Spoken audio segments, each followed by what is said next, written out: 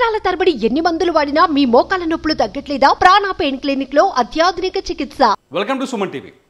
తెలంగాణలో రుణమాఫీ పైన రైతులకు అనేక సందేహాలు ఉన్నాయి.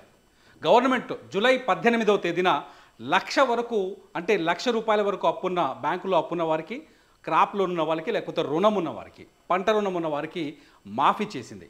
ఆ తర్వాత రెండో విడత ₹150,000 వరకు బ్యాంకులో లోన్ ఉన్న వారికి గవర్నమెంట్ మాఫీ చేసింది.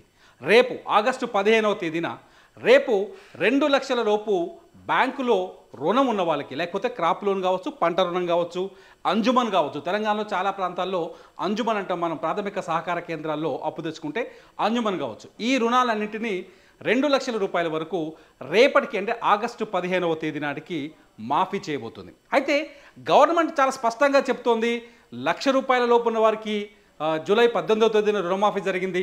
రెండో విడతలో ₹150,000 ఉన్న వారికి రుణమాఫీ జరిగింది. రేపు ఆగస్టు 15వ తేదీన 2 లక్షల వరకు రుణమాఫీ ఉన్న వారికి, 2 లక్షల వరకు అప్పు ఉన్న వారికి రుణమాఫీ జరుగుతుంది అని చెప్తున్నారు. కానీ అయినప్పటికీ రైతుల్లో అనేక సందేహాలు ఉన్నాయి. రుణమాఫీ పైన నేనే సుమన్ టీవీలో చేసిన ఒక వీడియోకి దాదాపు 5,000 ఫోన్ కాల్స్ వచ్చాయి. 5,000 మంది రైతులు ఎంక్వైరీ చేశారు, మాకు రుణమాఫీ జరగలేదు. జూలై 18వ తేదీన మొదటి విడత రుణమాఫీ జరిగినప్పుడు అనేక మంది ఫోన్ చేశారు. రెండో విడత జరిగినప్పుడు కూడా అనేక మంది ఫోన్ చేశారు. అదే వీడియోని చూస్తూ ఇవాళకి కూడా ఫోన్ కాల్స్ చేస్తున్నారు. ఇంతకీ రుణమాఫీ ఎందుకు జరగట్లేదు? 2 లక్షల లోపు బ్యాంకులో అప్పున్న వాళ్ళకి రుణమాఫీ ఎందుకు జరగట్లేదు? మొదటి విడత ₹1,00,000 ఉన్న వారికి ఎందుకు జరగలేదు? చాలామందికి జరగలేదు. రెండో విడత ₹150,000 వరకు బ్యాంకులో అప్పున్న వారికి రుణమాఫీ జరగలేదు. మూడో విడత ఇప్పుడు 2 లక్షల రుణమాఫీ జరగబోతుంది. ఇందులో ఎంతమందికి రుణమాఫీ జరుగుతుంది, లేకపోతే ఎంతమందికి జరగదు? ఈ డౌట్స్ పైన ఇవాళ ఒక క్లారిటీ ఇచ్చే ప్రయత్నం చేయబోతున్నాను. రుణమాఫీలో చాలా ముఖ్యమైన పాయింట్ ఏదైతే మీకు రుణమాఫీ జరగలేదో అందులో అత్యంత కీలకమైన విషయం ఏంటి అంటే, మీరు అప్పు తీసుకున్న తేదీ ఏంటి? అది 2018 డిసెంబర్ 12వ తేదీకి ముందుందా, 2018 డిసెంబర్ 12వ తేదీ తర్వాత ఉందా అనేది ఒకసారి చెక్ చేసుకోవాలి.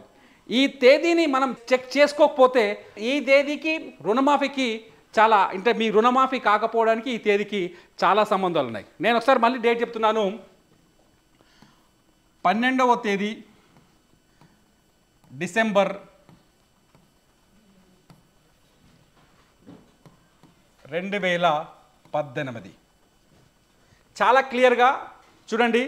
12వ తేదీ డిసెంబర్ 2018 గవర్నమెంట్ ఏదైతే రుణమాఫీకి జీవో ఇచ్చిందో ఆ జీవోలో చాలా స్పష్టంగా చెప్పింది, 12వ తేదీ డిసెంబర్ 2018కి ముందు తీసుకున్న వాళ్ళకి, అప్పు తీసుకున్న వాళ్ళకి తీసుకుంటే వాళ్ళకి రుణమాఫీ జరగడం కష్టం. 2018 అంటే 12 డిసెంబర్ 2018 నుంచి 9 డిసెంబర్ 2023 ఈ 2 తేదీల మధ్య అప్పు తీసుకున్న వాళ్లకు మాత్రమే రేవంత్ రెడ్డి సర్కార్ ఇప్పుడు రుణమాఫీ చేస్తుంది. అది ₹2 లక్షల వరకు మాత్రమే.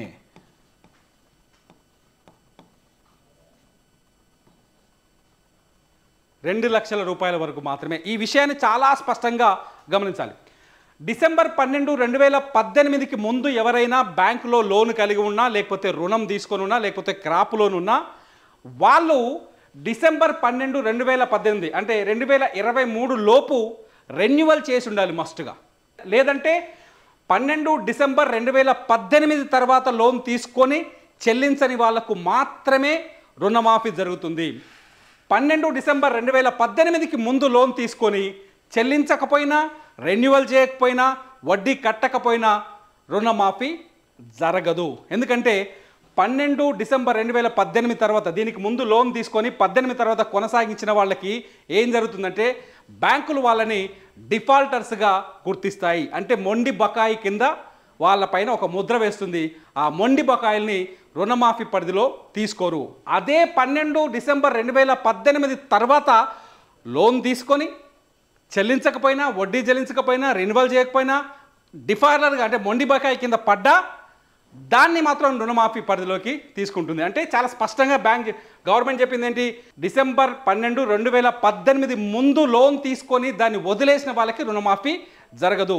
ఇప్పుడు ఎవరైతే ₹1,00,000 రుణమాఫీ జరగలేదు, ₹1,50,000 ఉన్నా మాకు రుణమాఫీ జరగలేదు, ఇప్పుడు 2 లక్షలు ఉంది ఇప్పుడు మళ్ళీ జరుగుతుందా జరగని సందేహాలు ఉన్న వాళ్ళు చాలా స్పష్టంగా గుర్తుపెట్టుకోవాల్సిన విషయం ఏంటంటే, డిసెంబర్ 12, 2018 నుంచి డిసెంబర్ 9, 2023 వరకు ఎవరైతే బ్యాంకులో అప్పు తీసుకున్నారో వాళ్ళు వడ్డీ చెల్లించకపోయినా, ఆ రుణాన్ని తిరిగి బ్యాంకుకి చెల్లించకపోయినా, అది డిఫాల్టర్ లిస్టులోకి వచ్చినా వాళ్ళకి రుణమాఫీ జరుగుతుంది.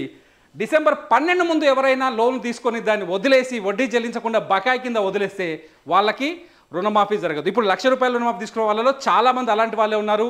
₹1,50,000 రుణమాఫీ తీసుకున్న వాళ్ళలో చాలామంది అలాంటి వాళ్ళే ఉన్నారు.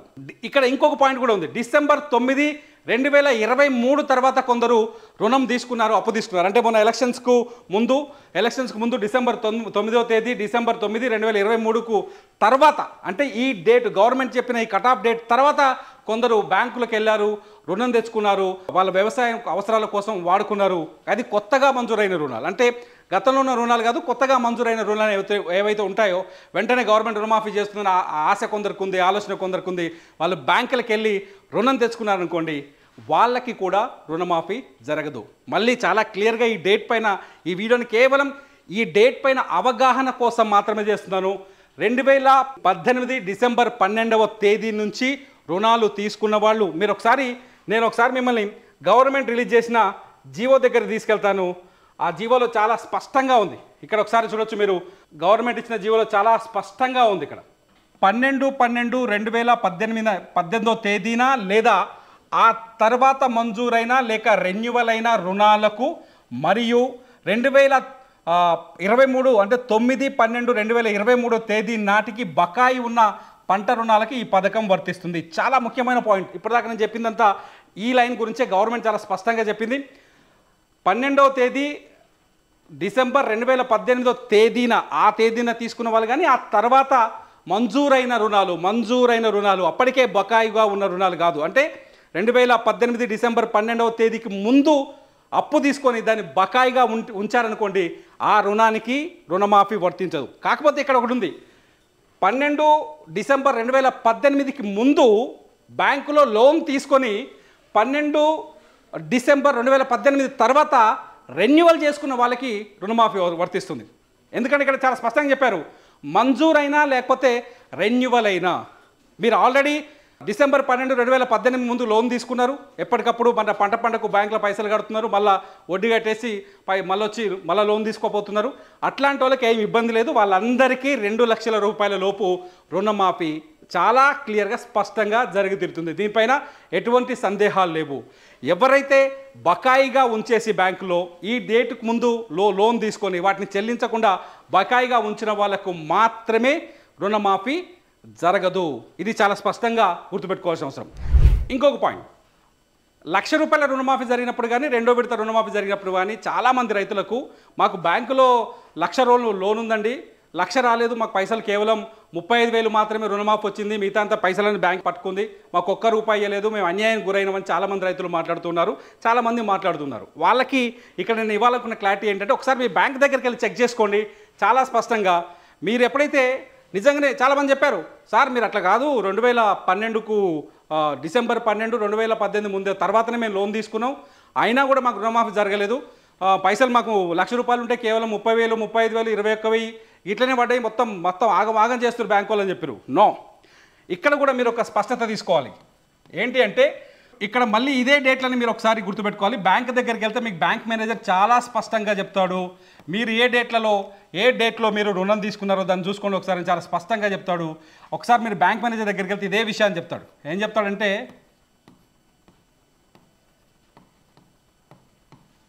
ఈ డిసెంబర్ నుంచి 2018 డిసెంబర్ నుంచి 23 డిసెంబర్కి 5 ఏళ్ళు అవుతుంది కదా, 2012 డిసెంబర్ తర్వాత మనం లోన్ తీసుకున్నాం. మనకు చాలా అలవాటు ఏంటంటే, ఎలక్షన్లు వస్తున్నాయంటే ఇక ఈసారి లోన్ తీసుకున్నాం మళ్ళీ ఎలక్షన్లో రుణమాఫీ అవుతుంది, అప్పటిదాకా పైసలు కట్టాల్సిన పని లేదు, ఇక బ్యాంకులో అట్లే ఉంచుదాం, చివరికి తీసుకుందాం అప్పుడు లోన్ మంజూరు ఎవరో ఒకరు వస్తారు, ఖచ్చితంగా రేవంత్ రెడ్డి వస్తారు, లేకపోతే కేసీఆర్ వస్తాడు, ఈయన రుణమాఫీ చేస్తా అంటాడు, ఆయన రుణమాఫీ చేస్తా అంటుండు, ఎవరో ఒకరు రుణమాఫీ చేస్తారు, నిమ్మతంగా ఉందాం మనం అని చెప్పేసి చాలామంది లోన్లు తీసుకొని బ్యాంకుకి రీపే చేయకుండా వదిలేసిన వాళ్ళు ఉన్నారు. ఫర్ ఎగ్జాంపుల్ ₹1,00,000 లోన్ తీసుకున్నారనుకోండి, 2018లో ₹1,00,000 లోన్ తీసుకున్నారనుకో బ్యాంకులో, దీనికి మిత్తి అయితేనే ఉంటుంది కదా, ఈ మిత్తి పెరుగుతా వస్తూ ఉంటుంది, మిత్తి పెరుగుతా వస్తూ ఉంటుంది. వచ్చిన మిత్తిని ఇది 2 లక్షలు దాటిపోయింది అనుకోండి ఉదాహరణకి, వీళ్ళకు కూడా రుణమాఫీ కాదు.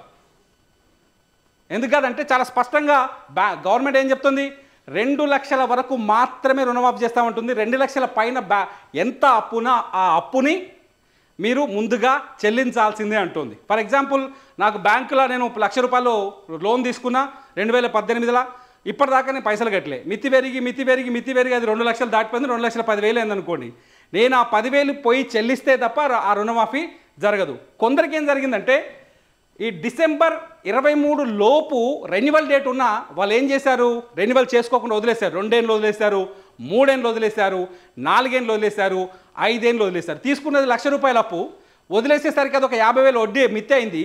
ఆ మిత్తి ఈ రుణమాఫీ గవర్నమెంట్ ఏమో 1,00,000 వేసింది. మరి ఆ రెన్యువల్ డేట్ నుంచి ఏడాదిదాకా మిత్తి కట్టాలి కదా, ఆ మిత్తి పైసలు కూడా కట్ చేసుకున్న తర్వాత మీకు తక్కువ రుణం వస్తుంది. అంటే ₹1,00,000 రుణమాఫీ ఉంటే 30,000 వస్తుంది, ₹1,00,000 రుణమాఫీ ఉంటే 21,000 వస్తుంది. వీళ్ళంతా ఈ కేటగిరీకి చెందిన వాళ్ళు. సో చాలా స్పష్టంగా మీరు బ్యాంక్ మేనేజర్ దగ్గరికి వెళ్ళొచ్చు, గవర్నమెంట్ చాలా స్పష్టంగా చెప్తోంది, మీకు ఏదైనా రుణమాఫీ పైన సందేహాలు ఉంటే మీరు క్లియర్గా మీ 30 రోజుల్లోపు మీరు ఫిర్యాదు చేసుకుంటే 30 రోజుల్లోపు మీకు దానిపైన పరిష్కారం చూపిస్తామని గవర్నమెంట్ చాలా స్పష్టంగా చెప్తోంది. అంటే మీకు రుణమాఫీ జరగకపోతే ఇబ్బంది పడాల్సిన అవసరమే లేదు. ఎవరికైనా అంటే రేపు ఆగస్టు 15వ తేదీ వరకు ఎవరికైతే రుణమాఫీ జరగదో వాళ్ళ కోసం ప్రత్యేక విభాగాన్ని ఒకటి ఏర్పాటు చేస్తున్నారు. ఈ 30 రోజుల్లో అంటే రుణమాఫీ జరగకుండా ఉన్న రైతులు అగ్రికల్చర్ అంటే ఇక్కడ చాలా స్పష్టంగా చెప్పారు, పర్యవేక్షణ ఫిర్యాదులకు పరిష్కారాన్ని కూడా ఏర్పాటు చేశారు.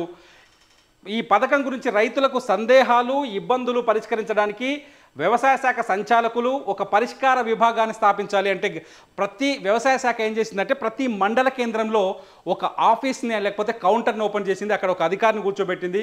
ఆ అధికారికి మీరు వెళ్ళి రాతపూర్వకంగా మీ బ్యాంకు డీటెయిల్స్ అన్ని తీసుకెళ్ళి చెప్తే, మీ లోన్ డీటెయిల్స్ అన్ని తీసుకెళ్ళి చెప్తే, ఒకవేళ టెక్నికల్ రీజన్స్ వల్ల ఏదైనా సాంకేతిక సమస్యల వల్ల మీకు రుణమాఫీ జరగకపోతే మీరు ఫిర్యాదు చేసిన తేదీ నుంచి 30 రోజుల్లోపు రుణమాఫీ జరిగి తీరుతుంది అని చెప్తుంది గవర్నమెంట్. అంతేకాదు గవర్నమెంట్ రుణమాఫీ కోసం ఒక వెబ్సైట్ని ఓపెన్ చేసింది. ఆ వెబ్సైట్లో మీరు ఆన్లైన్లో ఎవరైనా ఇంగ్లీష్ వచ్చి టైప్ చేయగలిగే తెలివి ఉన్న వాళ్ళు ఉంటే ఆన్లైన్లో మీరు ఫిర్యాదు చేయొచ్చు. లేదంటే మీ మండల కేంద్రంలో స్థాపించిన సహాయ కేంద్రాల అంటే హెల్ప్ సెంటర్ ఏర్పాటు చేశారు మండల కేంద్రాల్లో, మన ఎంఆర్ఓ ఆఫీస్ కావచ్చు, మండల ఆఫీసులో కావచ్చు, హెల్ప్ సెంటర్ని ఏర్పాటు చేశారు. అక్కడికి వెళ్ళి మీరు ఫిర్యాదు చేయొచ్చు. అక్కడ ఫిర్యాదు చేస్తే 30 రోజుల్లో మీరు కంప్లైంట్ చేసిన, మీరు ఫిర్యాదు చేసిన, దరఖాస్తు చేసుకున్న 30 రోజుల్లో మీకు రుణమాఫీ పైన మీకు అన్ని అర్హతలు ఉంటే రుణమాఫీ జరుగుతుంది. కేవలం తేదీలపైన అవగాహన లేకపోవడం, డిసెంబర్ 12వ తేదీ నుంచి డిసెంబర్ 12, 2018వ తేదీ నుంచి డిసెంబర్ 9, 2023 వరకు మీరు తీసుకున్న అప్పు కానీ రెన్యువల్ చేసిన అప్పుకు మాత్రమే రుణమాఫీ వర్తిస్తుంది. ఆ తేదీకి ముందు తీసుకున్న అప్పుకు కానీ ఆ తేదీ తర్వాత మంజూరైన రుణాలకు కానీ రుణమాఫీ వర్తించదు అనేది మీరు స్పష్టంగా అర్థం చేసుకోవాల్సిన అవసరం ఉందని ప్రభుత్వం చెప్తోంది. ఇది రుణమాఫీ పైన ఇప్పటికున్న క్లారిఫికేషన్స్.